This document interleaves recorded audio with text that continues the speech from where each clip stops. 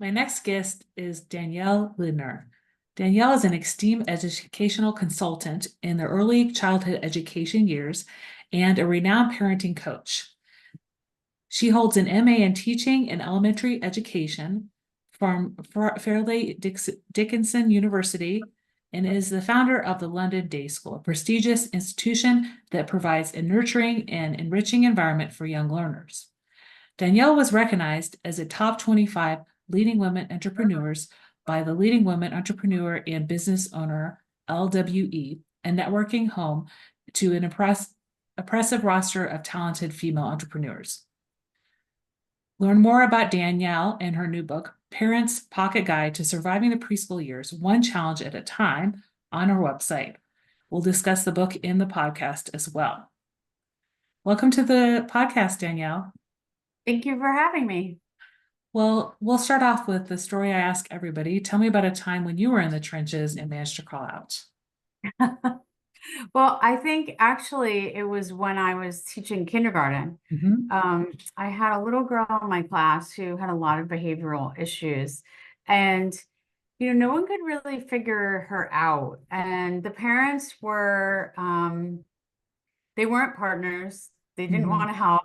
I had 26 students and no aide in my class, no help at all, which I don't think that happens anymore. Yeah. It was just me and 26 kids, and I was a new teacher, and I had this little girl who was always getting in arguments and always having tantrums. And I realized that every day after school, her parents were late picking her up. Mm-hmm. And so I knew that there was something happening at home. I never got to the bottom of exactly what was going on, but I knew that they weren't putting her needs first at Mm-hmm. the very least.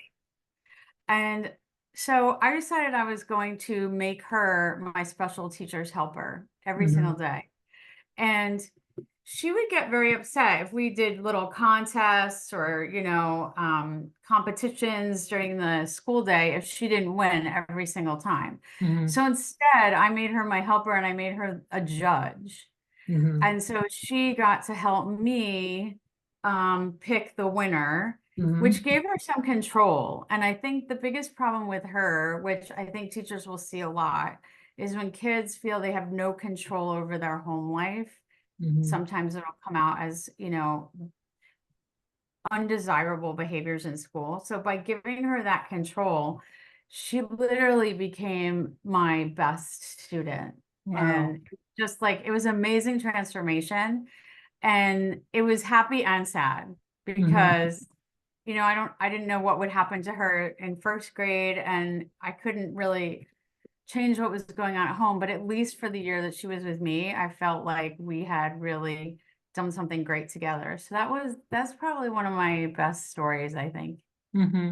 Yeah, and I think just seeing that you were able to build her up in your classroom and giving her those tasks as a teacher helper, and that, like you said, that helped her become a great student.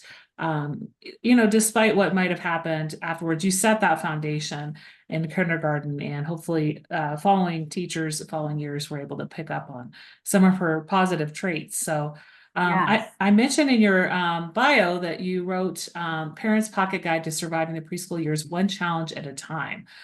So, talk about whether it's preschool or K through 2. What are some of the challenges that parents might face?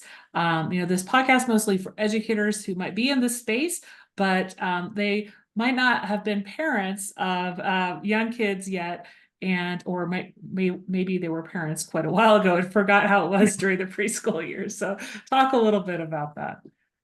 Well, a couple of the things that I saw that I've seen, as a K teacher Mm-hmm. is that, and teachers that are, K through 2 to be prepared for, is that not every child will have gone to preschool. Mm-hmm. And I noticed the kids that did not go to preschool and didn't have that academic, behavioral, emotional foundation struggled a lot more in kindergarten and Mm-hmm. first and second.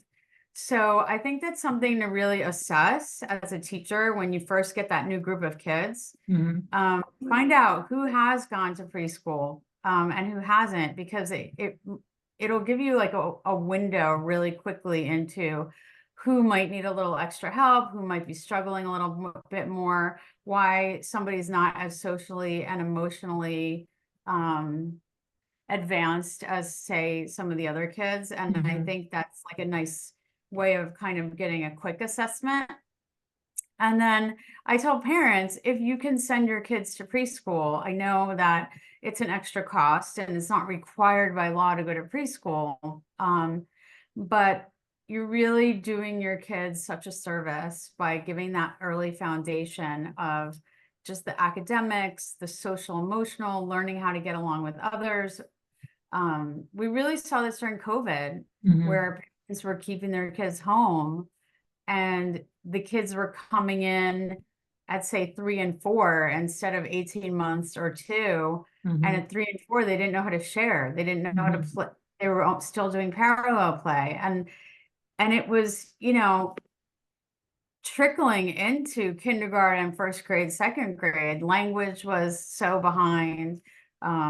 Socially, emotionally, they were behind. So I really encourage it, if parents can do it. And if teachers of kindergarten, K through 2, or even older, know that parents have younger siblings, Mhm. encourage those parents to send their kids to a good preschool program before they get into their pod.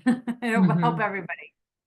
Yeah, and like you said, there's a balancing act as well. Is if a kindergarten teacher is the first teacher of a lot of these kids, because we might have some undiagnosed auditory processing issues, dyslexia, ADHD, and sometimes that doesn't always get diagnosed until first or second grade. So, what's also the benefit of preschool in terms of the preschool teacher may be seeing some of these um, processing or ADHD things.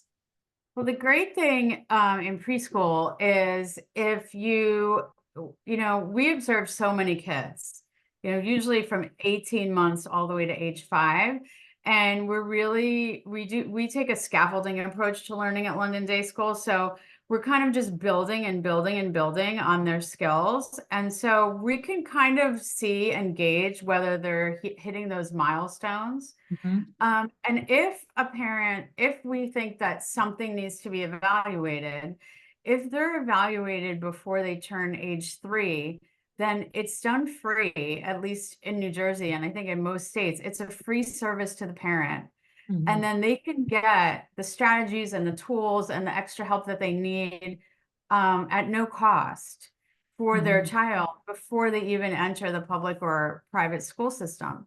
If you wait, it's a big cost to the parent, because then, you're doing a lot of this psychological testing yourself. You're doing a lot of the academic testing yourself.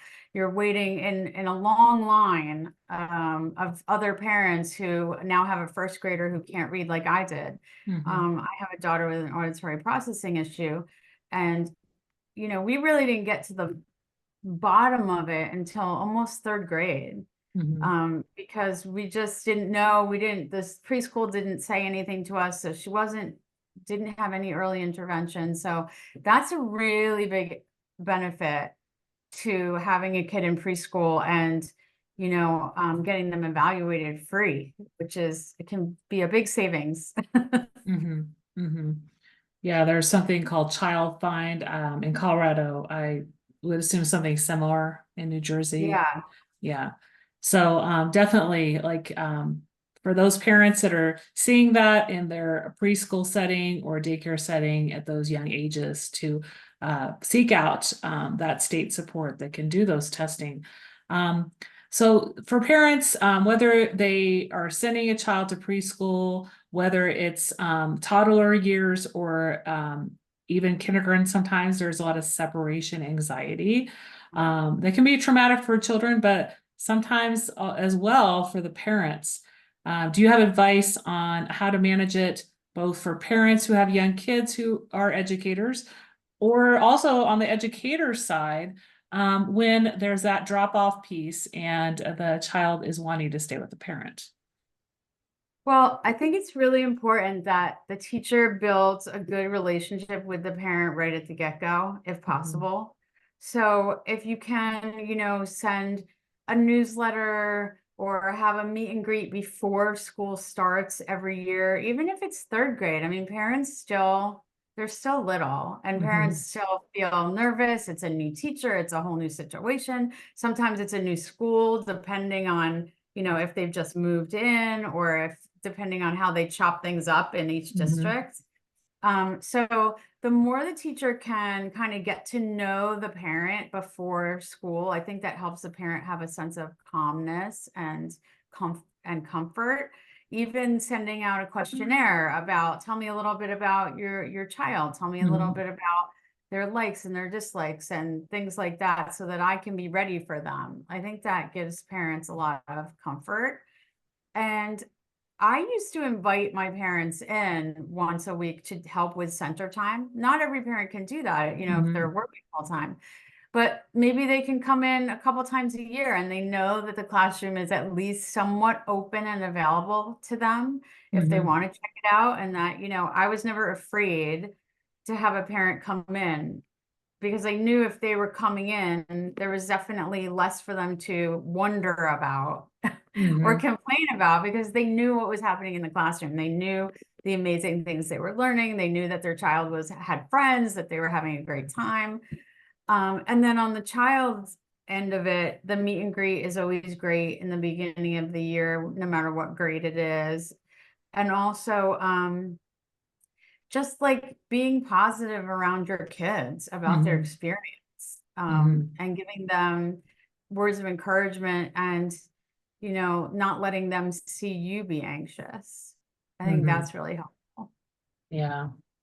There's this term, trickle down education, that you use a lot in your writing. What does this mean to you?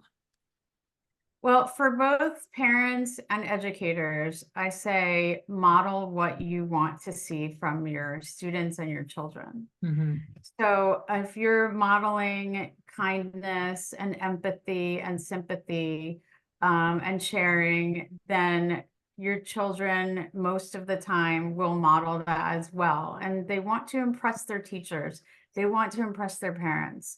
So if they know that you value, like if you show your values, if you value being kind and you value being polite, you value taking your turn, you value even just raising your hand and waiting to be called on,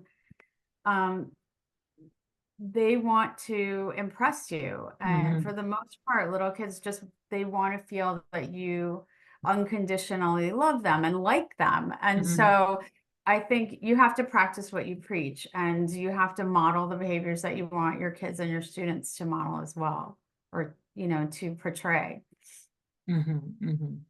Definitely. We also see a lot of behaviors, like you said, especially after COVID, when kids were coming to preschool later. But there's behaviors such as touching friends, being fidgety, taking things from others, even biting. We're seeing those sometimes up to third grade. What are strategies parents can apply to get children to stop those type of behaviors? Well, for biting, I always say the first thing they should do is go take their child to a pediatric dentist. Because sometimes it's as simple as there's just something going on in their mouth that's irritating them or bothering them. And that just needs to be corrected somehow. But also some kids are just, they're just very orally fixated. So give them something else to bite. Like my daughter had like this little rubber biting necklace, and she could just, chew on it.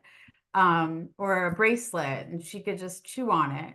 And that would also help her with fidgeting, if kids are fidgety, things like that. And then I always say for kids that are just, touching and moving around too much, give them an out. So let them know that if they need a break, a few minutes of a break, because some kids they have ADHD and it hasn't been diagnosed yet, or it has been diagnosed, but they need a break. They can't sit for, 20 minutes at a time. So have like a basket with some little activities that they can move away from their desk and just take 10 minutes or even 5 minutes just to walk around, play with a fidget spinner or clay or Play-Doh, and give them like the ability and the okay to go do that. And Mhm, then say, when you feel ready, come on back. And most times kids don't abuse it. mhm, They really enjoy it. They understand what it's there for. They use it as a strategy. And it's just another thing in their toolbox that really helps them. mhm, mhm. Yeah, definitely. Like you said, giving kids those times where they can go and take the break independently, right? I'm not expecting kids are going to be sitting for a long period of time, right, at the early elementary grades, right? But also understanding for kids with that oral fixation to have something they can keep in their mouth. So if parents are looking for a prospective elementary school, what is the number one thing they should ask the school as they maybe interview schools or find out more about the schools? I think they should ask their educational philosophy and their behavior management philosophy and see if it gels with their child. Mhm, So, if your child has um, ADHD and you know that they're going to need a little bit of leeway, that they're a good student, but they can't sit for 40 minutes and listen to a lecture. mhm, Is this something that your school kind of embraces? If you have a child that's neurodivergent, do you embrace that? How do you handle it? mhm, I think it's good to ask those questions, because the worst thing is to go to a school that has like this rigid, everyone has to be inside this little box, mhm, and you put your child in that environment and they just feel shamed, or they just feel bad about themselves, or they feel like the teacher's not, understanding. mhm, I think you want them to go into a warm environment that understands that not every child learns the same, and teachers are the ones that need to adjust their style to the various learning styles of their students. So I think, there's some schools that are just like, no, if you don't fit in this box, this is what we're looking for. And for some kids, that's fine. But most kids, I think that doesn't really work for them. So I would say parents should really ask about those things. mhm, definitely. So you are going to be on a few shows coming up this month. So talk to me about some upcoming appearances that you have. Sure. So I will be on the morning show in Philadelphia on the CW network on June 19th. And I will be on the afternoon show, Great Day Washington, that's of Washington, D.C., not the state, on June 24th.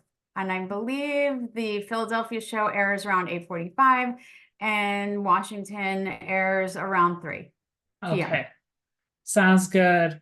Well, I'll make sure I insert links to those networks and so people can see what you'll be talking about on those days as well. Well, thank you so much for being my guest on the Out of the Trenches podcast. Out of everything we talked about in terms of early childhood learning, your book, or some tips for parents, what's one thing you'd like listeners to remember? I would say just breathe and don't be too hard on yourself. No parent is perfect, no child is perfect, and we all make it through. And Yeah. just take a breath. And there's so many resources out there now, especially for parents struggling with any of these issues. You can go to my website and learn more about that, but there's so many things that you can just get help with. And don't feel ashamed about getting a parent coach or getting some help or Googling something. You're not alone. Great. Well, where can people find you and connect with you online? They can go right to my website. It's daniellelindner.com, DanielleLindner.com. And they can also go to Amazon and find my book there as well. Great, great. Well, thank you so much for being my guest on the Out of the Trenches podcast today. It was a pleasure Thank you talking for with you. having me.